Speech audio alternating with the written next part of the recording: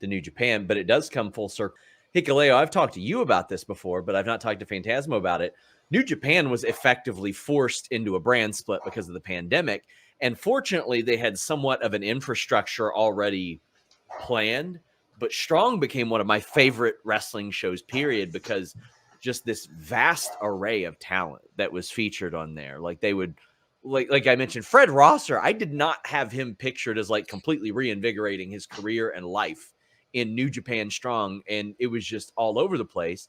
And Phantasmo, one week you'd be wrestling like Wheeler Yuta or Leo Rush or Alan Angels or any number of these people. Then it'd be like, oh no, here's Christopher Daniels as well. Like you didn't know who was going to show up there. And now I love that it's continued with these titles.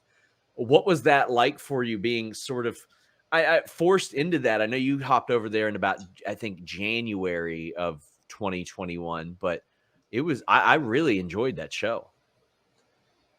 Yeah, it was a lot of fun just because that was like after COVID. So we got kind of Yeah. like, I flew to do the Ring of Honor anniversary show in Vegas.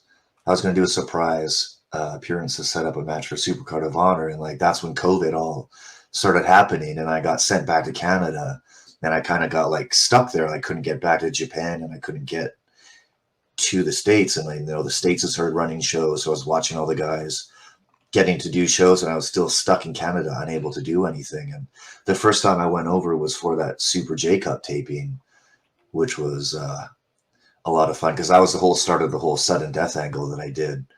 But, it was just awesome getting to hang out with the boys all day for the whole weekend. Like, it fucking sucked because you had to wrestle like 3 times a day sometimes in front of no people. So you don't get that like adrenaline spikes that you do in front of the crowds. But yeah, like from going from no wrestling in 9 months to wrestling 3 times a day in the Super J Cup, I was like, oh my God.